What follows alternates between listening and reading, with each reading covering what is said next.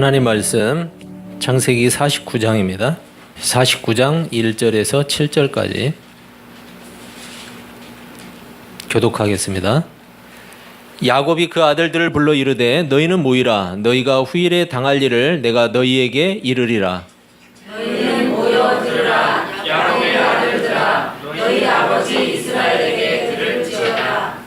르우벤아, 너는 내 장자요 내 능력이요 내 기력의 시작이라. 윗붕이 월등하고 권능이 탁월하다마는 우리의 눈 같았은즉 너는 탁월하지 못하니 내가 아버지의 침상에 올라 더럽혔으리로다. 그가 내 침상에 올랐었도다. 시므온과 레이는 형제요 그들의 칼은 폭력의 도구로다. 내오나 그들의 모의에 상관하지 말지어다. 내 영광아 그들의 참회에 참여하지 말지어다. 그들이 그들의 분노대로 사람을 죽이고 그들의 혈기대로 소의 발목 힘줄을 끊었습니다. 같이 읽습니다. 그 노여임이 혹독하니 저주를 받을 것이요 분기가 맹렬하니 저주를 받을 것이라. 내가 그들을 야곱 중에서 나누며 이스라엘 중에서 흩으리로다. 아멘. 여러분 반갑습니다. 예, 날씨가 무척 덥죠? 예, 옆 사람하고 인사 한번 하시죠. 더운데 잘 지내셨죠? 예. 예, 그래도 우리 성도들 얼굴이 다 건강하네요. 예. 여러분, 우리가 지금 창세기 49장을 보고 있는데, 구약 성경에 나와 있는 이 창세기, 이제 끝나죠? 50장이면은 이제 창세기가 다 끝나요. 많은 신자들이 구약 성경에 이 드러나 있는, 스스로 드러내신 그 하나님을 진노의 하나님 또는 심판하시는 하나님, 이렇게 인식하는 경향이 있어요. 그래서 구약에 나와 있는 하나님은 왠지 무섭다. 심판하시는 장면, 또 징계하시는 그러한 진노의 하나님, 이것을 많이 이야기를 하고, 심지어 하나님이 선택하신 이스라엘 백성들, 이 이스라엘 백성들까지도 가차없이 심판을 하시죠. 그런 장면을 보면서 하나님을 전혀 용납이 없는 무서운 심판자, 이렇게 인식하는 경우가 있다라는 거예요. 그러다 보면 신자들에게 들어가는 생각은 뭐냐면, 아, 하나님도 화를 내시는구나. 네. 화를 내시는구나. 그래서 어떤 사람은 또 그렇게 가르쳐요. 구약의 하나님은 진노의 하나님, 신약의 하나님은 사랑의 하나님. 그게 맞을까? 여러분, 하나님이 성품이 변하실까요? 사람처럼? 사람처럼 옛날에는 고약했는데 예수 믿고 나니까 조금 좋아지고 이렇게 변할까요? 하나님이? 여러분, 이건 누군가의 오류예요. 누군가 잘못 가르친 거죠. 도저히 화를 참지 못하고 분노를 쏟아내는 사람. 여러분, 그건 사람이지 하나님이 아니에요. 그건 사람이에요. 감정 조절도 못하는. 여러분, 그 사람은 감정 조절을 못할 때가 있죠. 그렇지만 하나님의 진노를 마치 그와 같이 표현하는 것은 잘못된 거예요. 하나님은 그런 분이 아니에요. 사람 같지 않다는 거죠. 하나님은 사람과 같지 않아요. 그런데 사람들은 하나님을 사람처럼 생각을 해요. 여러분, 하나님은 신이세요. 창조주예요. 창조주. 스스로 계시는 분이에요. 누군가에 의해서 지어진 분이 아니란 말이에요. 스스로 계신 분이에요. 사람은 타락하기 이전에 신이었어요? 사람이? 타락하기 이전에도 신이 아니었어요. 사람은 하나님의 피조물이에요. 하나님은 전지전능하신 분이에요. 여러분, 역사 안에도 계시고 역사 밖에도 계시고 뉴욕에도 계시고 일본에도 계시고 한국에도 동시에 계실 수 있는 분이 하나님이세요. 여러분은 그렇게 계실 수 있어요? 없잖아요.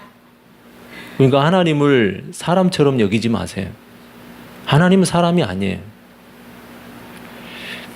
하나님은 자신이 뜻하시고 계획하신 것은 무엇이든지 원하는 대로 하실 수 있어요. 원하는 대로. 하나님이 원하시면 무엇이든지 마음대로 하실 수 있다는 거예요. 그렇지만 여러분, 사람과 같지 않다고 그랬죠? 여러분은 혹시 지금 무엇이든지 마음대로 할 수 있다. 그럼 뭐부터 하실 거예요? 뭐부터 하실 거예요? 왜 대답을 안 하세요? 놀러 갈 거예요? 그렇죠. 마음껏 먹고 마시고 즐기고 가지고 싶은 거 다 가지고. 여러분 이게 우리가 하고 싶은 거 아니에요? 아닌 척 하지 마세요. 하나님은 그러실 필요가 없잖아요.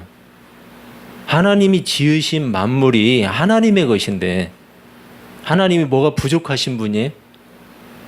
하나님이 감정 조절을 못 하시는 분이에요? 사람과 같지 않아요.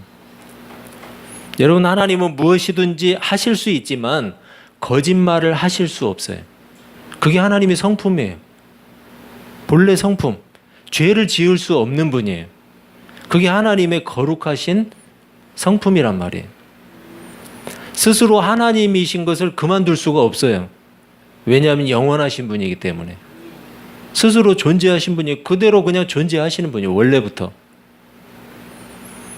그리고 이런 모든 성품이 결코 변하지 않는 불변하시는 하나님이에요. 변하지 않아요. 거룩하신 성품도 변하지 않고요.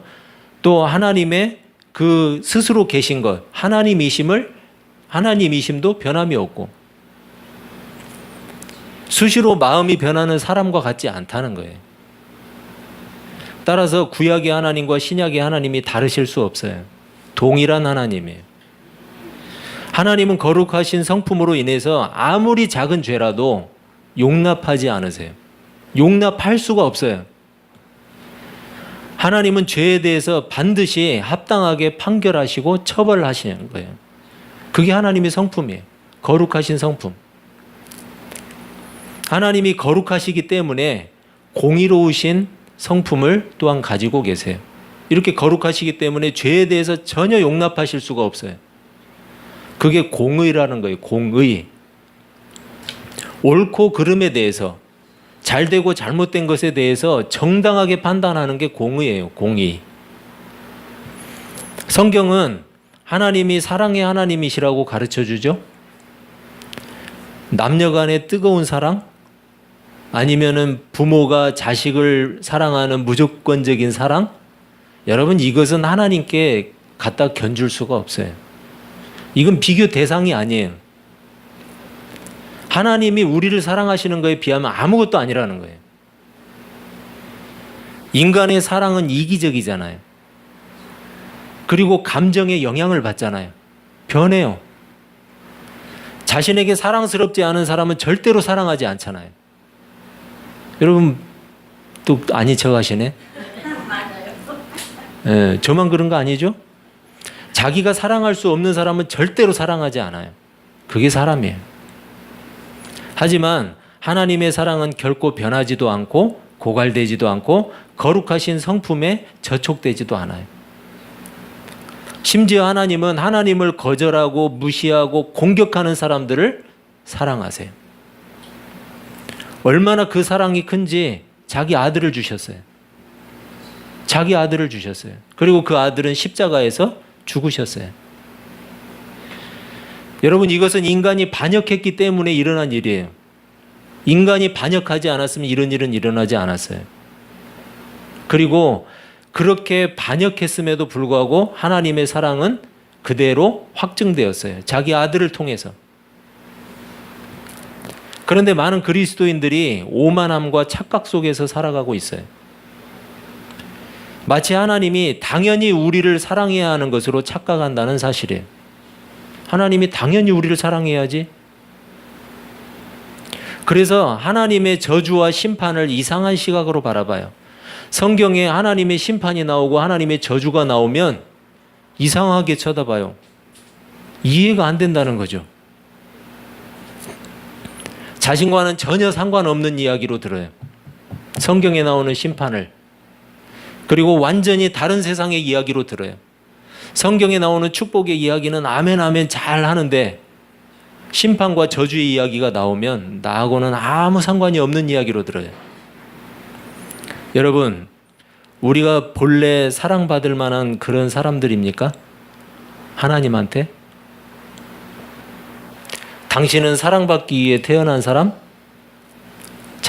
찬양이 아니에요. 그건 노래가 있죠. 여러분 그 노래 같이 이기적인 노래가 없어요. 물론 멜로디도 좋고 내용도 좋아요. 그걸 뭐라고 하는 게 아니에요. 그런데 하나님의 사랑이 우리에게 당연한 건가요? 그거는 한번 질문해 봐야 될 것 같아요. 여러분 우리가 본래 축복받을 만한 그런 존재예요? 구원받기에 충분한 사람들이에요, 우리가? 아니잖아요. 그렇게 생각하는 분은 없잖아요. 그런데 성경을 읽으면서 우리 시각은 그래요. 우리 시각은 하나님은 하나님의 백성을 구원해야 돼. 여러분 이게 우리 시각 아니에요? 하나님은 하나님의 백성을 무조건 구원해야 돼. 뭐 무조건이야. 하나님은 하나님의 백성들을 축복해야 돼. 여러분 그렇게 우리 시각이 딱 고정되어 있잖아요. 그래서 하나님의 심판과 저주와 그리고 고난과 고통이 성경에 나오면 잘 받아들이지를 못해요. 이상한 눈으로 쳐다봐요. 이해할 수가 없다는 거예요. 거룩하신 하나님이, 사랑의 하나님이 그러셔도 되나? 이렇게 생각한다는 거죠. 여러분 그리고 그런 태도는 성경만 볼 때 적용하는 게 아니에요. 자기 자신을 보면서도 하나님은 예수 믿는 나를 구원해야 돼. 하나님은 예수 믿는 나를 축복하고 형통하게 해야 돼. 하나님은 예수 믿는 나에게 고난과 고통을 주면 절대 안 돼. 여러분 이런 생각이 우리의 잠재의식 속에, 예수 믿는 사람들 잠재의식 속에 들어가 있다라는 거예요. 여러분 이런 신자에게 고난이 찾아오면 어떤 태도를 취할 것 같아요? 고난이 찾아오면 예수 떠나겠죠. 예수 믿을 것 같아요? 원망하고 불평하겠죠. 하나님께 감사할 것 같아요? 안 해요. 절대로.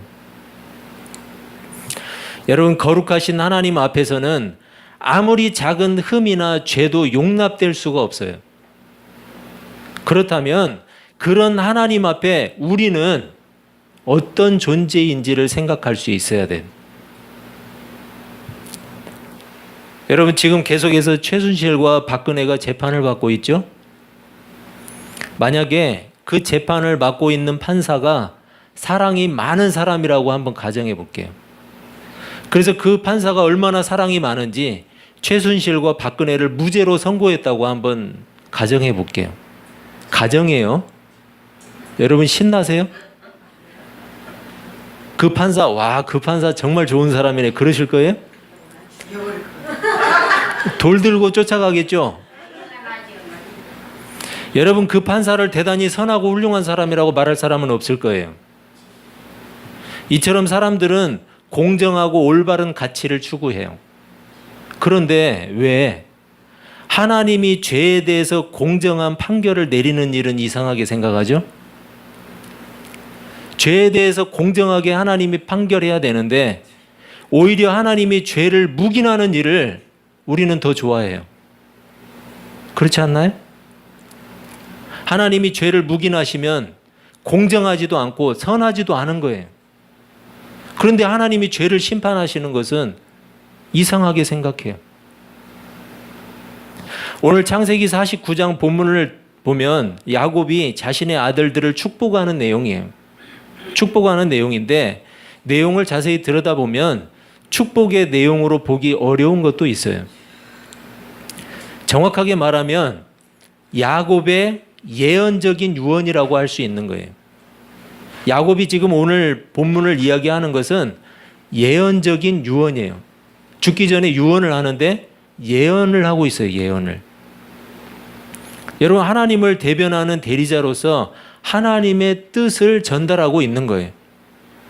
그런데 첫째 아들 르우벤을 보면 이 사람은 어떤 사람이었어요? 자기 아버지의 침상을 더럽힌 사람이었어요. 맏아들이었음에도 불구하고 아버지의 첩인 빌하라는 이 여인, 빌하하고 동침을 했어요. 따라서 르우벤은 장자로 인정될 수가 없었어요. 역대기 5장에 보면, 역대기상 5장에 보면 이렇게 기록을 하고 있어요. 이스라엘의 장자 르우벤의 아들들은 이러하니라. 르우벤의 아들들을 지금 기록하려고 하는데 가로를 딱 쳐놓고 뭐라고 단정을 지어놨어요. 아들들을 먼저 이야기하기 전에 뭐라고 했냐면, 르우벤은 장자라도 그의 아버지의 침상을 더럽혔으므로 장자의 명분이 이스라엘의 아들 요셉의 자손에게로 돌아가서 족보에 장자의 명분대로 기록되지 못하였느니라. 유다는 형제보다 뛰어나고 주권자가 유다에게서 났으나 장자의 명분은 요셉에게 있으니라. 여러분, 장자의 명분이 누구에게 있대요? 요셉에게 있대요. 르우벤에게 있지 않았어요. 실제로 르우벤은 장자였지만 장자로서의 특권을 잃어버린 거예요. 그리고 르우벤 지파에서는 민족을 이끌었던 지도자가 그 뒤로 전혀 나오지 않아요. 나오지 않아요. 한순간의 죄로 인해서 너무나 큰 대가를 치른 거예요. 여러분, 죄의 대가가 얼마나 큰 것인가를 깨닫게 하는 거죠. 야곱의 유언을 통해서, 예언을 통해서 죄의 대가가 얼마나 엄청난 것인가. 여러분, 맏아들임에도 불구하고 장자의 특권도 잃어버리고, 그리고 그 계보에서는 지도자가 한 명도 나오지 않아요. 시므온과 레위를 한번 보세요. 이 사람들은 여동생 디나가 강간을 당했어요. 세겜성에서. 그래서 이 세겜이라는 사람과 그 족속을 어떻게 했어요? 다 몰살시켜버렸어요. 다. 그에 대해서 야곱의 유언은 말 그대로 저주라고 할 수가 있는데 7절을 한번 보면, 그 노여움이 혹독하니 저주를 받을 것이요 분기가 맹렬하니 저주를 받을 것이라. 내가 그들을 야곱 중에서 나누며 이스라엘 중에서 흩으리로다. 여러분, 이건 저주잖아요. 저주. 자기 아들들에게. 지금 우리가 참고해야 되는 것은 야곱이 자기가 하고 싶은 축복을 한다라기보다는 예언을 하고 있는 거예요. 그들 족속의 앞날을 예언하듯이 유언을 남기고 있는 거예요. 여러분, 레위 지파를 보면 가나안을 정복했을 때 이 레위 지파는 자기들의 독자적인 땅을 분배받지 못했어요. 그냥 12지파에 흩어져서 48개 성읍이 있었는데 그 48개 성읍에 흩어져서 살았어요. 레위 지파는. 그리고 시므온을 보면 시므온 지파는 유다 지파, 이 유다 지파가 차지한 땅 중에서 성읍을 몇 개를 분할을 받아요. 그러니까 자기들 독자적으로 땅을 가졌다고 보기가 참 어렵죠.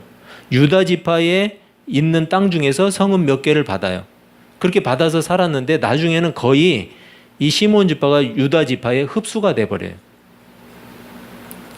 여러분, 여호수아 19장 9절인데, 시므온 자손의 이 기업은 유다 자손의 기업 중에서 취하였으니 이는 유다 자손의 분깃이 자기들에게 너무 많으므로 시므온 자손이 자기의 기업을 그들의 기업 중에서 받음이었더라. 유다 자손의 기업 중에서 일부를 받은 거예요. 그런데 나중에는 이제 거의 유다 지파에 흡수가 돼버려요. 하나님은 죄에 대해서 철저하고 공정한 처분을 예언하셨던 거예요. 하지만 야곱의 저주와도 같은 이 유언은 실제로는 축복이었어요. 왜 축복이었느냐?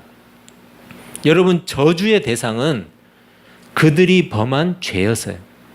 그들이 범했던 죄, 그 죄를 미워하신 거예요. 그래서 그 죄를 저주하셨고, 그리고 즉각적인 조치로 그들에게 심판이 가해지지 않았어요.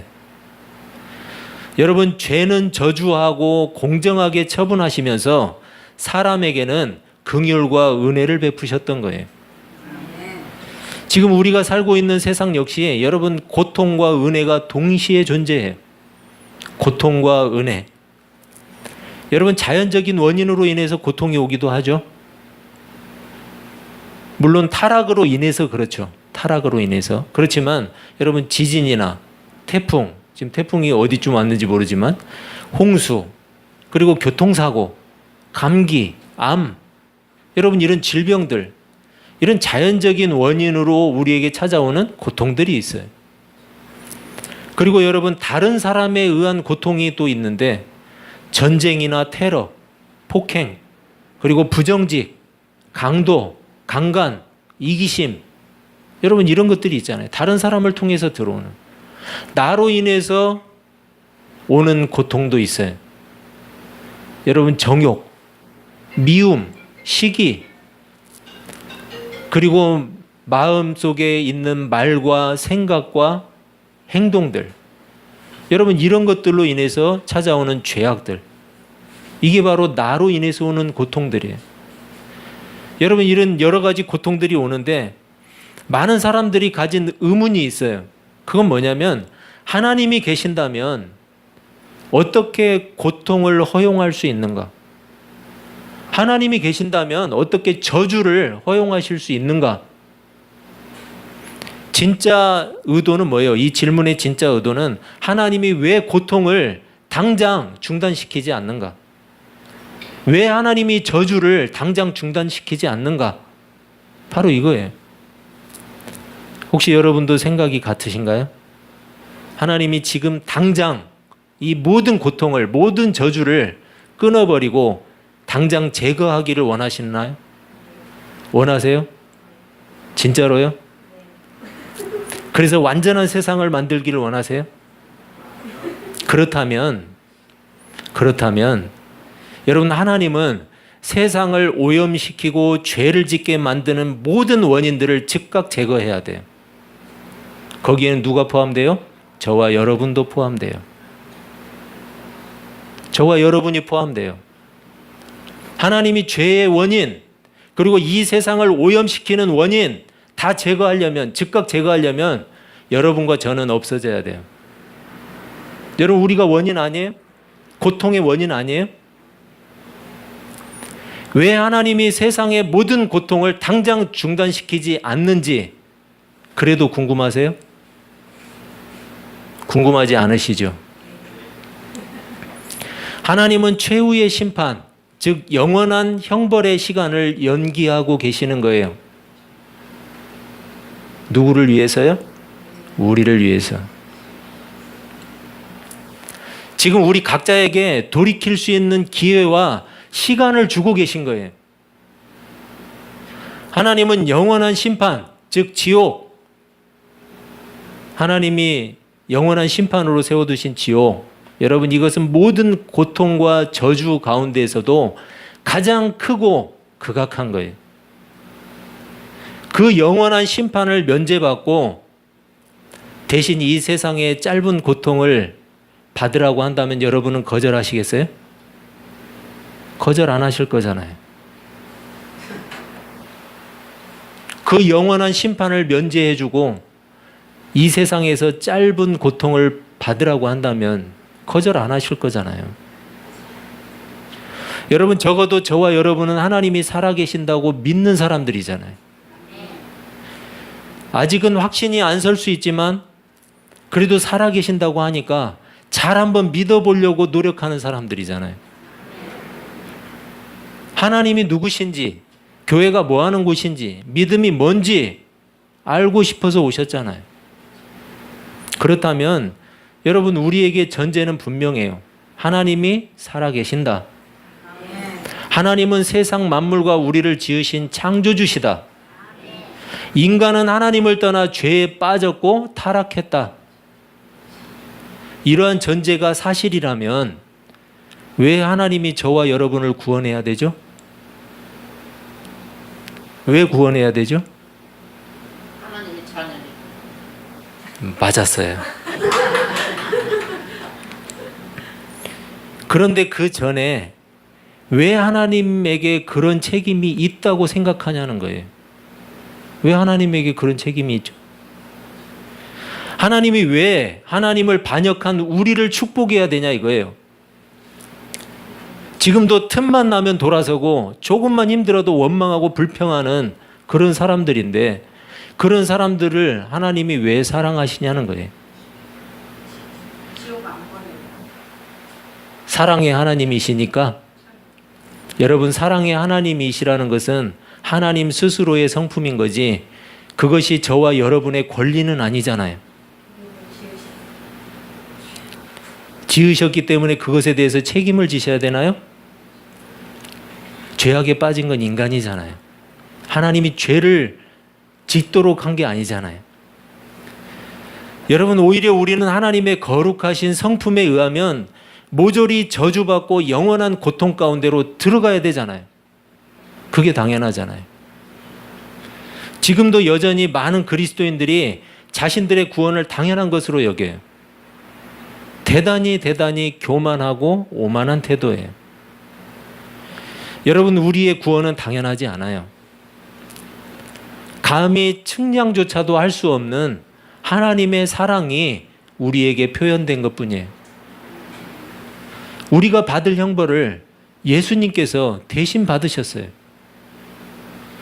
예수 그리스도를 통한 구속은 여러분 약속이에요. 약속. 연인끼리 데이트 약속을 했다고 해보세요. 연인이 있네. 데이트 약속을 했어요. 우리 화목이가 정말 예쁜 연예인 누가 있어요? 설현이 와가지고 여자친구하고 약속 지키지 말고 나랑 오늘 데이트해요. 그러면 가로챌 수 있을까요? 화목이한테 물어봐야죠. 화목이한테. 가로챌 수 있어요? 없죠. 만약에 그렇다면은 사랑하는 게 아니잖아요. 여러분, 그 약속을 어떻게 가로채겠어요? 약속은 그 약속을 받은 사람에게만 효력이 있는 거예요. 약속을 받은 사람. 예수 그리스도를 통한 구속은 죄에 대한 무한 보장이 아니에요. 여러분, 보험이 아니에요. 예수 믿는 게 보험인가요? 예수 그리스도를 통한 구속이 죄에 대해서 무한적으로 보장해 준다고 생각하세요? 아무리 죄를 지어도 괜찮다는 생각, 여러분, 성령이 주시는 생각이 아니에요. 절대 아니에요. 물론 죄를 짓지 않고 완벽하게 사는 일은 불가능해요. 그렇지만 그걸 핑계로 죄를 얼마든지 지어도 괜찮다? 성령이 주는 생각이 아니에요. 여러분, 죄를 짓지 않고 완벽하게 살아서 구원받을 사람은 없어요. 그렇지만 그걸 핑계로 아무리 계속해서 죄를 지어도 예수 믿으면 천국 간다? 이건 성령이 주는 생각이 절대 아니에요. 야곱의 예언을 통해서 이스라엘 백성들은 무엇을 생각했을까요? 르우벤과 시므온과 레이에게 준 그 야곱의 예언적인 유언을 통해서 뭘 생각했을 것 같아요? 여러분, 그들은 회개할 기회를 얻었어요. 내 마음속에 그게 있는데, 내 마음속에 그 더러운 정욕과 그 죄가 꿈틀거리는데 하나님 앞에 회개할 기회를 얻은 거예요. 죄를 미워하셨지만 즉각 심판하지 않으셨기 때문이에요. 당장 심판하지 않으신 이유가 뭐예요? 하나님과 바른 관계를 맺을 수 있는 시간을 주시기 위해서예요. 하나님은 우리에게도 기회를 주셨어요. 하지만 여러분, 명심하세요. 이 기회는 언제 끝날지 알 수 없어요. 이 기회는 언제 끝날지 알 수 없어요. 폭탄이 곧 터질 것이라고 하는 건물에 여러분은 경찰이 와서 이 건물에 폭탄이 설치되어 있는데 곧 폭탄이 터질 겁니다. 빨리 나가십시오. 그러면 여러분은 어떻게 하시겠어요? 거기 그냥 태연하게 앉아 계시겠어요? 당장 뛰쳐나가실 거 아니에요. 하나님께 마음을 돌이키는 일을 연기하는 것, 여러분, 그것보다 어리석은 일이에요. 예수 그리스도를 믿는 일을 미루는 일, 그것보다 더 나쁜 일이에요. 하나님이 즉시 고통을 멈추지 않는 것은 은혜예요, 여러분. 은혜예요. 고통을 당장 멈추려면 우리는 이 세상에 존재할 수가 없어요. 고통의 원인이 우리예요. 하나님, 고통을 당장 멈춰주세요. 그러면 나를 제거해야 돼요. 고통의 원인인 나를 제거해야 돼요. 하나님은 기다려주시는 거예요. 여러분, 우리에게 시간을 주고 계시는 거예요. 우리에게 주신 그 기회, 여러분 어떻게 사용하실 거예요? 하나님이 주신 이 기회와 시간을 여러분 소중하게 여기세요. 정말 소중한 시간들이에요. 그래서 하나님과 바른 관계를 이루어갈 수 있는 그러한 우리 아둘람 사람들 다 되시기를 주의 이름으로 축원합니다. 기도하겠습니다.